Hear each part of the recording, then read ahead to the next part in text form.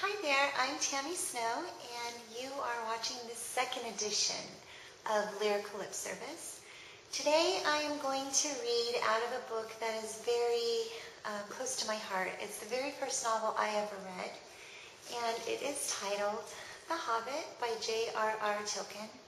This edition is fabulously illustrated by a very talented artist by the name of Michael Haig, who has just a marvelous way of depicting dragons and wizards and fairies and hobbits. So, Chapter 1, An Unexpected Party. In a hole in the ground, there lived a hobbit. Not a nasty, dirty, wet hole filled with the ends of worms and an oozy smell, nor yet a dry, bare, sandy hole with nothing in it to sit down on or to eat. It was a hobbit hole, and that means comfort. It had a perfectly round door like a porthole, painted green, with a shiny yellow brass knob in the exact middle. The door opened on to a tube-shaped hall like a tunnel, a very comfortable tunnel without smoke, with paneled walls and floors tiled and carpeted, provided with polished chairs and lots of pegs for hats and coats. The hobbit was fond of visitors. The tunnel wound on and on, going fairly but not quite straight into the side of the hill. The hill, as all the people for many miles round called it, and many little round doors opened out of it, first on one side and then on another. No going upstairs for the hobbit. Bedrooms, bathrooms, cellars, pantries, lots of these. Wardrobes, he had whole rooms devoted to clothes. Kitchens, dining rooms, all were on the same floor and indeed on the same passage. The best rooms were all on the left-hand side going in, for these were the only ones to have windows. Deep-set, round windows looking over his garden and meadows beyond, sloping down to the river. This hobbit was a very well-to-do hobbit, and his name was Baggins. The Bagginses had lived in the neighborhood of the hill for time out of mind, and people considered them very respectable. Not only because most of them were rich, but also because they never had any adventures or did anything unexpected. You could tell what a Baggins would say on any question without the bother of asking him. This is a story of how Baggins had an adventure and found himself doing and saying things altogether unexpected. He may have lost the neighbors' respect, but he gained, well, you will see whether he gained anything in the end. The mother of our particular hobbit, what is a hobbit? I suppose hobbits need some description nowadays, since they have become rare and shy of the big people, as they call us. They are, or were, a little people about half our height and smaller than the bearded dwarfs. Hobbits have no beards. There is little or no magic about them except the ordinary everyday sort which helps them to disappear quietly and quickly when large stupid folk like you and me come blundering along, making a noise like elephants which they can hear a mile off.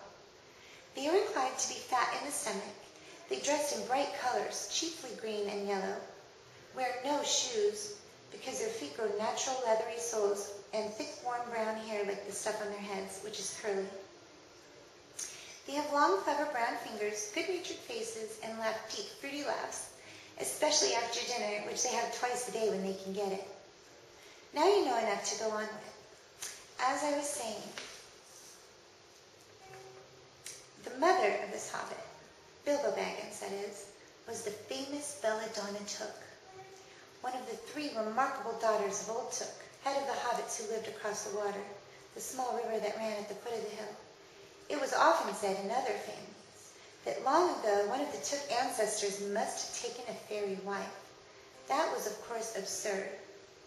But certainly there was still something not entirely hobbit-like about them. And once in a while, members of the Took clan would go and have adventures.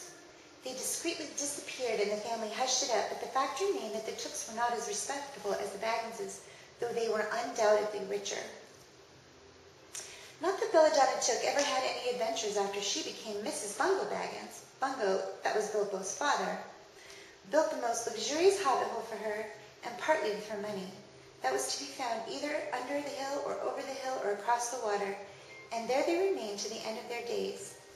Still, it is probable that Bilbo, her only son, although he looked and behaved exactly like a second edition of his solid and comfortable father, got something a bit queer in his makeup from the Took side. something that only waited for a chance to come out.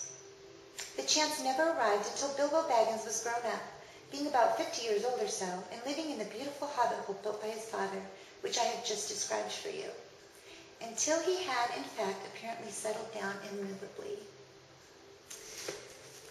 Wonderful, wonderful book. I highly recommend you read it.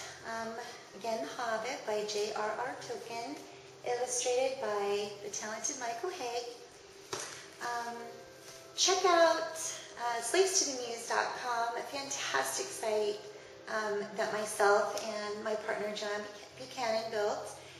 We have about 10 different artists and authors that contribute regularly to Slaves to the Muse, slavestothemuse.com.